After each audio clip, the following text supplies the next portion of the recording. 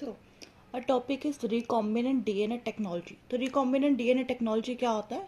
DNA from two different sources are combined to form new DNA.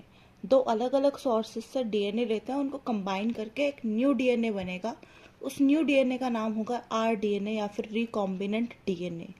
तो ये process laboratory में कैसे करी जाती है वो हमने पढ़ना है. ठीक है, तो फर्स्ट सपोज जस्ट अज्यूम करो कि हमने एक ऑर्गेनिज्म है जिससे इंसुलिन बनवाना है, ह्यूमन इंसुलिन. तो हम क्या करेंगे, ह्यूमन जीनोम लेंगे.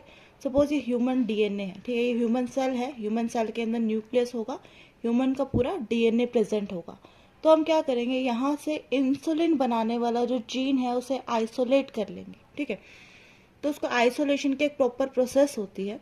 तो हम क्या करेंगे, इस डीएनए को रेस्ट्रिक्शन एंडोन्यूक्लियस से ट्रीट करेंगे. रेस्ट्रिक्शन एंडोन्यूक्लियस क्या होता है, मॉलिक्यूलर सीजर्स. तो इसके क्या होंगे, फाइनली यहाँ से हम क्या करेंगे, एक इंसुलिन वाला जीन सेपरेट कर लेंगे, इंसुलिन बनाने वाला जीन. जो सपोज ये ब्लू वाला जो है हमारा इंसुलिन बनाने वाला जीन है. ठीक है, इसे हम क्या करेंगे, किसी और ऑर्गेनिज्म के अंदर डालेंगे एक वेक्टर के थ्रू. फिर उस ऑर्गेनिज्म से इस डीएनए की प्रोडक्शन, इस प्रोटीन की प्रोडक्शन करवाएंगे. ठीक है, तो यहाँ पे क्या लिया, रेस्ट्रिक्शन एंडोन्यूक्लियस लिया, यहाँ से इंसुलिन वाला जो जीन है वो हमने सेपरेट कर लिया. या फिर कोई और जीन हो सकता है, तो इसे हम क्या बोलेंगे, जीन ऑफ इंटरेस्ट. ठीक है, दूसरी तरफ हम क्या करेंगे, एक प्लाज्मिड लेंगे. Plasmid as a vector act करेगा. वेक्टर क्या होगा, कैरियर. ठीक है, सपोज ये हमारा प्लाज्मिड है. इस प्लाज्मिड के अंदर रिस्ट्रिक्शन साइट्स होंगी, साथ में इसके अंदर क्या होंगी, एंटीबायोटिक रेजिस्टेंट साइट होंगी. एंटीबायोटिक रेजिस्टेंट साइट्स क्या करेंगे, as a selectable marker act करेंगे. ठीक है, स्क्रीनिंग के लिए यूज करेंगे. सपोज यहाँ पे एक टेट्रासाइक्लिन रेजिस्टेंट जीन है और एक एम्पेसिलिन रेजिस्टेंट जीन है इस प्लाज्मिड के अंदर, और जो हमारी रेस्ट्रिक्शन साइट है वो यहाँ एम्पेसिलिन रेजिस्टेंट जीन के अंदर प्रेजेंट है. तो हम क्या करेंगे, इसको ट्रीट करेंगे सेम रेस्ट्रिक्शन एंडोन्यूक्लियस एंजाइम से जिससे हमने इसे ट्रीट किया था. ठीक है, ताकि साइट सेम है. तो अब क्या होगा, यहाँ पे कट प्रोड्यूस होगा, इसके निक प्रोड्यूस होगा एम्पेसिलिन रेजिस्टेंट जीन के अंदर, और फाइनली ये जो प्लाज्मिड है ये इस तरह से खुलेगा. यहाँ पे रेस्ट्रिक्शन साइट्स प्रोड्यूस होंगी. ठीक है, अभी यहाँ पे क्या हुआ, ये जो एम्पेसिलिन वाला जीन था ये ऐसे दो पार्ट्स में डिवाइड हो चुका है. मतलब एम्पेसिलिन वाला जीन किसी काम का नहीं रहा, लेकिन यहाँ पे tetracycline resistance gene as it is intact है. ठीक है, फिर उसके बाद हम क्या करेंगे, मॉलिक्यूलर ग्लूज का यूज करेंगे, लाइगेजेस का यूज करके ये वाला जो प्लाज्मिड है इसके साथ इस जीन ऑफ इंटरेस्ट को इंक्यूबेट करेंगे. ठीक है, तो हमने क्या किया, यहाँ पे मॉलिक्यूलर ग्लू यानी कि ligase, DNA ligase enzyme use किया ताकि इन दोनों को आपस में जोड़ सकें.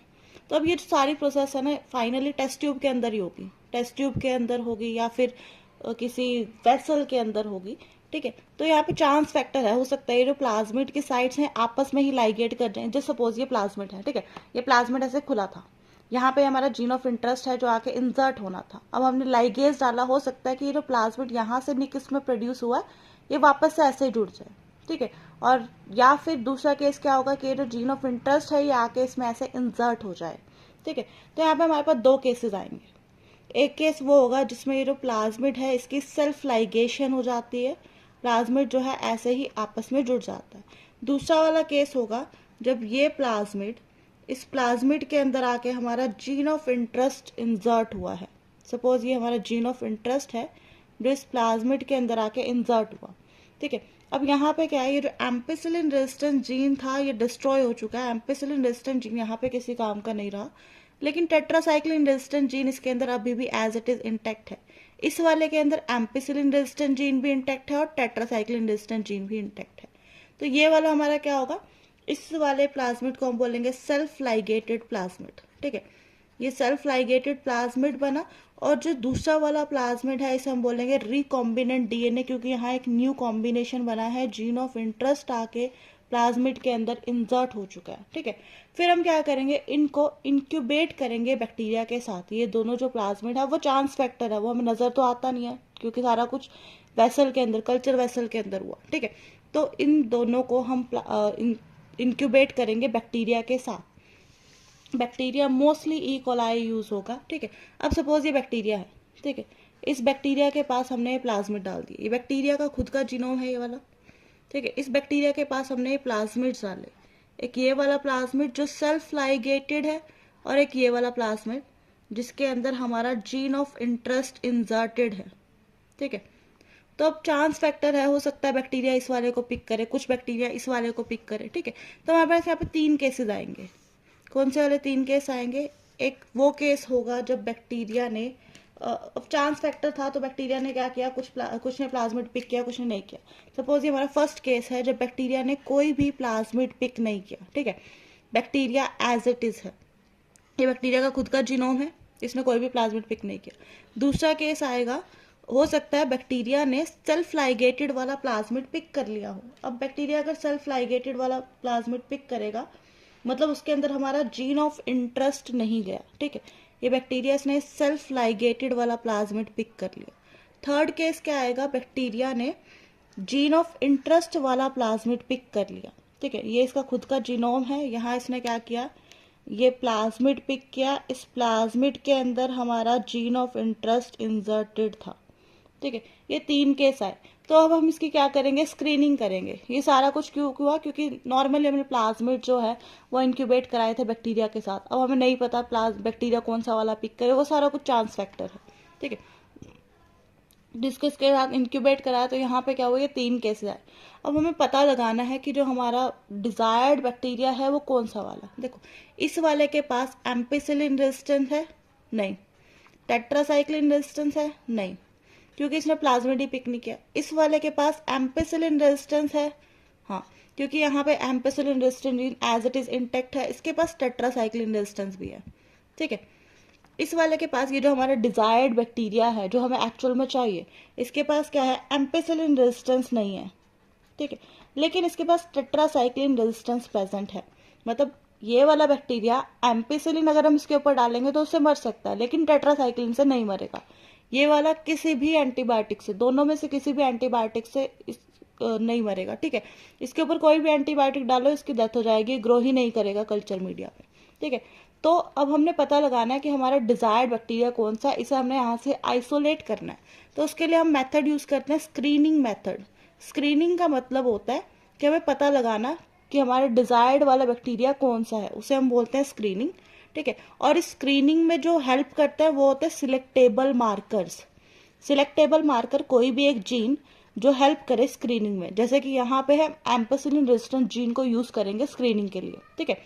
तो स्क्रीनिंग के अलग अलग मेथड्स होते हैं, वो हमने यूज करने हैं अपना डिजायर्ड बैक्टीरिया आइसोलेट करने के लिए। तो अभी हम क्या करेंगे, यहाँ पे कुछ टर्म्स यूज करेंगे। ये जो फर्स्ट बैक्टीरिया है इसने इन्वायरमेंट से कोई भी डीएनए पिक नहीं किया, ठीक है। एक प्रिंसिपल होता है बैक्टीरिया के अंदर ट्रांसफॉर्मेशन। ट्रांसफॉर्मेशन सेक्सुअल रिप्रोडक्शन का मेथड भी है बैक्टीरिया के अंदर। उसके अंदर कोई भी बैक्टीरिया क्या करता है, अपने इन्वायरमेंट से अगर कोई भी डीएनए पिक कर लेता है तो उसे हम बोलते हैं ट्रांसफॉर्मेशन। इस बैक्टीरिया को हम बोलेंगे ट्रांसफॉर्मेंट या फिर ट्रांसफॉर्म बैक्टीरिया, ठीक है। सेम यहाँ हुआ, अभी इसने क्या किया, इन्वायरमेंट से कोई भी डीएनए पिक नहीं किया, तो इस वाले को हम बोलेंगे नॉन ट्रांसफॉर्मेंट। ये वाला बैक्टीरिया हमारा नॉन ट्रांसफॉर्मेंट बैक्टीरिया होगा, ठीक है। दूसरा, ये वाला जो बैक्टीरिया है इसने रिकॉम्बिनेंट डीएनए पिक नहीं किया, लेकिन एक डीएनए इसने अपने इन्वायरमेंट से पिक किया है, तो इस वाले को हम क्या बोलेंगे, ट्रांसफॉर्मेंट। ये ट्रांसफॉर्मेंट है लेकिन विदाउट आर डीएनए, ठीक है। ट्रांसफॉर्मेंट विदाउट आर डीएनए होगा। दूसरा वाला जो है ये वाला बैक्टीरिया, इसे हम क्या बोलेंगे, दिस इज ऑल्सो ट्रांसफॉर्मेंट, इसे भी हम ट्रांसफॉर्मेंट बोलेंगे विद आर डीएनए, ठीक है। इसने इन्वायरमेंट से रिकॉम्बिनेंट डीएनए पिक किया है, तो इसे हम क्या बोलेंगे, transformant with recombinant DNA, clear. तो उसके बाद हम यूज करेंगे स्क्रीनिंग मेथड्स करने हैं ताकि हमें पता लगे बैक्टीरिया जो है, हमारा जो डिजायर्ड बैक्टीरिया है वो कौन सा वाला है, ठीक है। तो उसके लिए हम यूज करते हैं method replica plating technique. Replica plating technique में क्या होता है, एक प्लेट हम बनाते हैं, उसके साथ एक उसकी रेप्लिका प्रिपेयर करेंगे, मतलब as it is same to same एक प्लेट बनाते हैं, ठीक है। तो रेप्लिका प्लेटिंग टेक्निक है। इसमें हमने क्या करना है, देखो ये जो बैक्टीरियाज थे अल्टीमेटली किसी मीडियम के अंदर प्रेजेंट थे, न्यूट्रिएंट मीडिया के अंदर।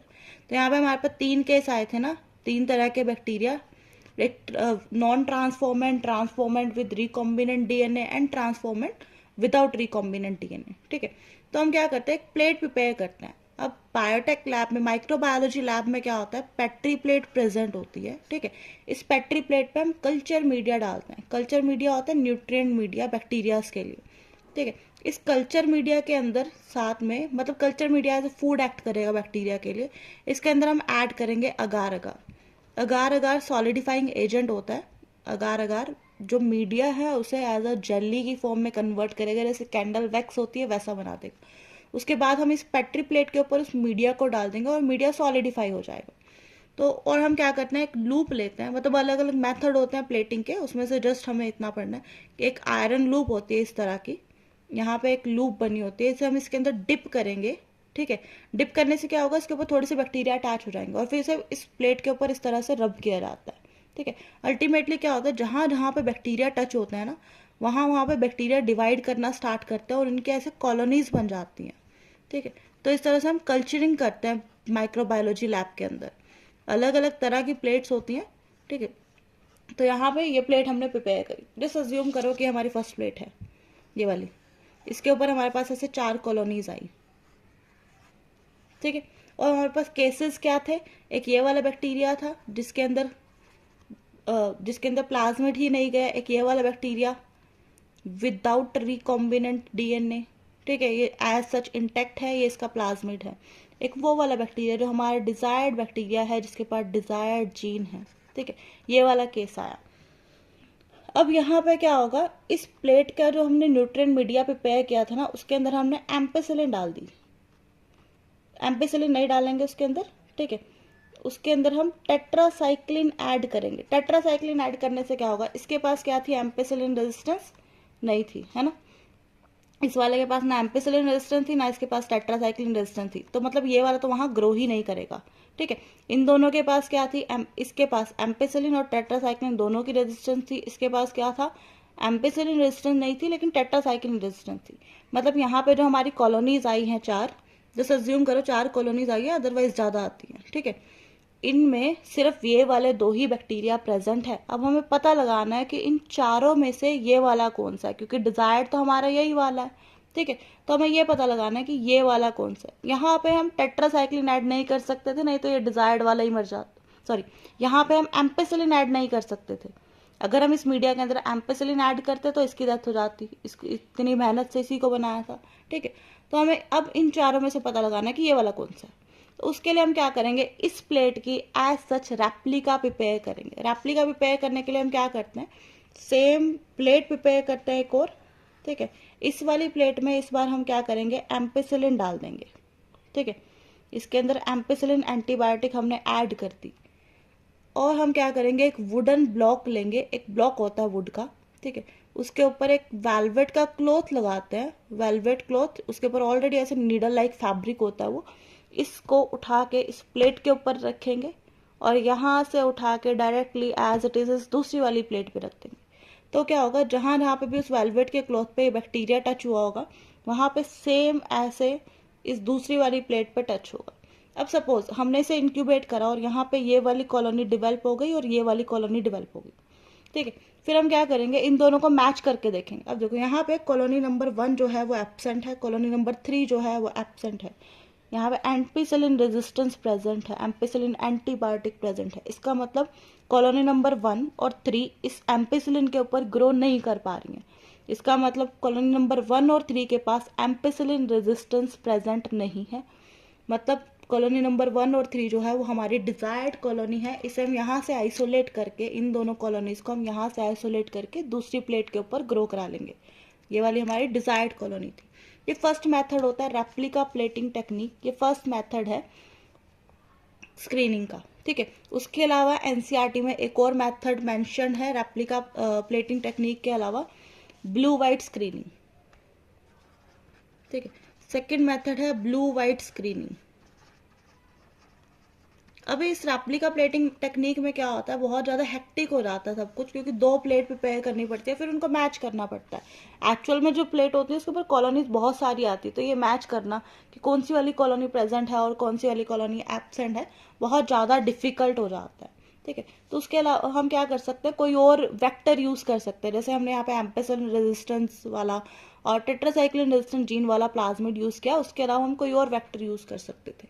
अब सपोज हमने यहाँ पे एक प्लाज्मिड लिया, इस प्लाज्मिड के पास एक जीन है, जो ये जो जीन है ये बीटा गैलेक्टोसाइडेज एंजाइम बनाता है, ठीक है। और बीटा गैलेक्टोसाइडेज क्या है, एक एंजाइम है, तो एक कंपाउंड एक्स को वाई में कन्वर्ट कर देता है। फिलहाल हमें ये नहीं करना कि एक्स और वाई क्या होता है, बस इतना याद रखना है कि जब भी वाई कंपाउंड बनता है वो ब्लू कलर का बनता है। और इस केस में जो हमारी रिस्ट्रिक्शन साइट है वो इसी जीन के अंदर है। मतलब फिर से सेम दो केस आएंगे, एक वो वाला केस जिसमें सेल्फ लाइगेशन हो जाती है, ठीक है, मतलब जो बीटा गैलेक्टोसाइडेज वाला जीन है वो एज सच इंटैक्ट रहता है। एक वो वाला केस जब बीटा गैलेक्टोसाइडेज वाला जीन जो है बीच में से कट हो जाता है, निक लग जाता है उसमें, और हमारा डिजायर्ड जीन जो है, जीन ऑफ इंटरेस्ट, यहाँ पे इंसर्ट हो जाता है। सेम 3 तरह के बैक्टीरिया आएंगे, ठीक है। एक वो वाला बैक्टीरिया जिसने कुछ भी पिक नहीं किया, एक वो वाला बैक्टीरिया विदाउट रिकॉम्बिनेंट डीएनए, एक वो वाला बैक्टीरिया विद रिकॉम्बिनेंट डीएनए, ठीक है। अब जो प्लेट आएगी, एक सिंगल प्लेट हमें प्रिपेयर करनी पड़ेगी। देखो ये वाली जो प्लाज्मिड है इसके पास कोई एंटीबायोटिक रेजिस्टेंस जीन भी प्रेजेंट होगा। जैसे अज्यूम करो यहाँ पे एम्पेसिलिन रेजिस्टेंट जीन प्रेजेंट है, ठीक है। तो अब हम यहाँ क्या करेंगे, इस प्लेट के अंदर एम्पेसिलिन डाल देंगे, ठीक है। इसके पास क्या है, एम्पेसिलिन रेजिस्टेंस नहीं है, क्योंकि इसके पास प्लाज्मिड ही नहीं है। इसके पास भी एम्पेसिलिन रेजिस्टेंस है, इसके पास भी एम्पेसिलिन रेजिस्टेंस है। तो यहाँ पे जो है कॉलोनीज आएंगी, 2 अलग अलग टाइप की कॉलोनीज आएंगी, ठीक है। यहाँ पे हमें देखने को मिलेगा एक व्हाइट कलर की कॉलोनीज आएंगी, कुछ कॉलोनीज जो होंगी वो व्हाइट कलर की होंगी और कुछ कॉलोनीज जो होंगी वो ब्लू कलर की होगी, ठीक है। तो इसमें से हमने अपनी डिजायर्ड वाली पिक करनी है, मतलब कलर देख के पता लग जाएगा डिफरेंस कि व्हाइट कलर की और ब्लू कलर की कॉलोनीज आ रही हैं। तो हम क्या करेंगे, देखो ये वाला जो था इसमें बीटा गैलेक्टोसाइडेज तो बन रहा था ना, यहाँ पे एम्पेसिलिन रेजिस्टेंट नहीं है, लेकिन बीटा गैलेक्टोसाइडेज इसके पास नहीं है, इसके पास है, इसके पास भी बीटा गैलेक्टोसाइडेज नहीं है। मतलब यहाँ पे इस वाले पर्टिकुलर बैक्टीरिया में कंपाउंड एक्स जो है वो वाई में कन्वर्ट हो रहा है और उसकी जो कॉलोनी है वो ब्लू कलर की आ रही है, लेकिन यहाँ पे कोई भी कॉलोनी ब्लू कलर की नहीं आ रही। और क्योंकि यहाँ पे हमने एम्पेसिलिन ऐड करी है तो ये वाला तो पहले ही ग्रो नहीं करेगा, मतलब ये दोनों ग्रो करे। इसकी कॉलोनी जो है वो व्हाइट कलर की है, इसकी कॉलोनी जो है वो ब्लू कलर की है। मतलब यहाँ पे जो हमारी डिजायर्ड कॉलोनी है वो कौन सी है, ये व्हाइट वाली कॉलोनीज है जो हम यहाँ से पिक कर लेंगे, मतलब देख के ही पता लग जाएगा directly, as compare to replica plating technique. उसमें क्या था, 2 प्लेट प्रिपेयर करनी पड़ती थी और बहुत ज़्यादा हैक्टिक हो जाता था, ठीक है। So this was the topic. Thank you.